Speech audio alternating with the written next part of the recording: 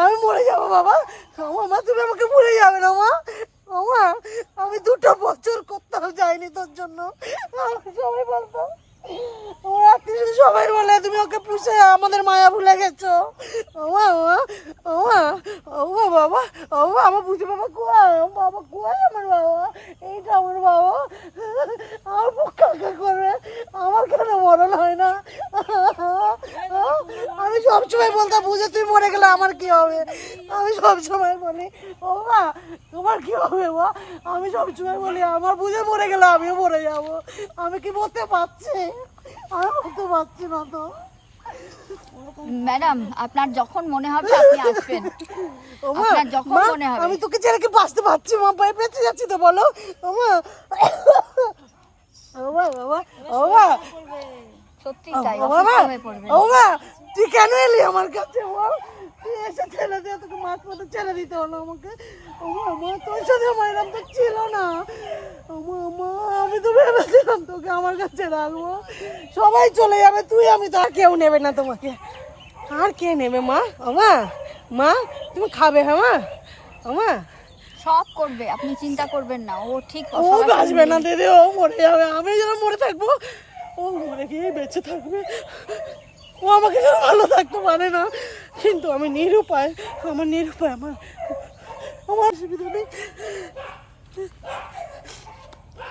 ওকে একটু হাঁটান, ও একটু হাঁটান, মা একটু একটু দূরে সরো। আসো আমার আসো মা, আমার আসো আমার আসো মা।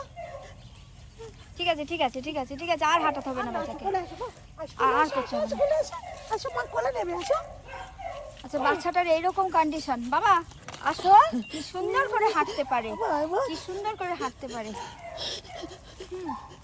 এই কন্ডিশনে ভদ্রমহিলা ওকে ভাড়া বাড়িতে নিয়ে রাখছিলেন। ও খুব কান্নাকাটি করছে বলে আমি খুব বাধ্য তাই হয়েছি জন্য বাড়িওয়ালা বলেছে ওকে ছেড়ে দিতে নিয়ে গিয়ে রাস্তায় ছেড়ে দিতে। তো এইসব বাড়িওয়ালাদের ভীষণ ভালো হোক, একদম ফ্যামিলির সূত্রে সবার ভালো হোক। আপনারা আমার যারা ফলোয়ার্স আছেন তাদেরকে একদম রিকোয়েস্ট করব যে যে বাড়িওয়ালা এইরকম একটা বাচ্চাকে দেখুন ভালো করে, কাঁদে বলে সবাই মরে যাবে।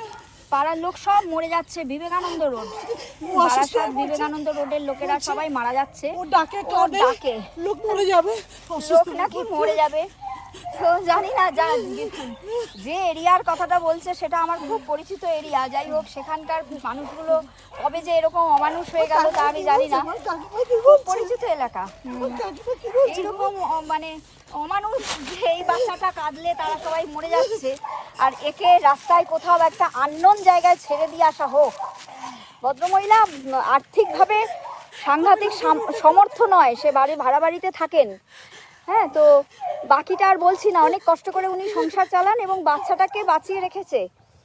বারাসাত হসপিটালে দেখিয়েছে, এই যে সমস্ত ওর ভ্যাকসিন কার্ড, সমস্ত রিপোর্ট, এই যে সব ওর আছে, ওষুধপত্র সব কিছু আছে, ঠিক আছে।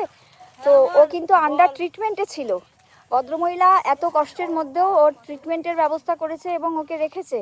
দেখুন বাচ্চাটার কি কন্ডিশন। আর বিবেকানন্দ রোডের একটা বিশেষ জায়গার মানুষজন ওকে রাস্তায় অনেক দূরে কোথাও ছেড়ে দিয়ে আসার বন্দোবস্ত করে ফেলেছিল, কারণ ভদ্রমহিলা আর্থিকভাবে স্ট্রং নয়, তার লড়াই করার মতন ক্ষমতা নেই। যাই হোক, একটা ভাই, আমি তার নাম নিচ্ছি না, সেই ভাইটা আমার কথা বলেছে এবং বলাতে মহিলা আমার সঙ্গে যোগাযোগ করে আর ও আমার কাছে থাকবে। এবং যে ও ট্রিটমেন্ট করছিল এতদিন, তার সঙ্গে আমি কথা বলেছি। সে যেভাবে বলল যা যা ওর চলছে বা সুবিধা অসুবিধা সেভাবেই চলবে ওর ওষুধপত্র। তো একটাই রিকোয়েস্ট, যে মানুষ তো হয়ে জন্মেছি, তো একটুখানি মানুষের মতন আচরণ করলে ভালো হয় না? এইরকম একটা বাচ্চা, সে কি করে রাস্তায় থাকতে পারে, যে রীতিমতন নিজে নিজে হাঁটতে পর্যন্ত পারে না, তাকে রাস্তায় দূরে কোথাও ফেলে দিয়ে আসার কথা বলছে একটা মায়ের কাছ থেকে। তো সেই মায়ের অভিশাপ লাগবে, প্লাস কি বলবো, মানে আমার ভেতর থেকে একটা জঘন্য অভিশাপ বেরিয়ে আসছে সেই পাড়ার লোকেদের জন্য, যে পাড়ার লোকগুলো ওকে দূরে কোথাও ছাড়তে বলছে।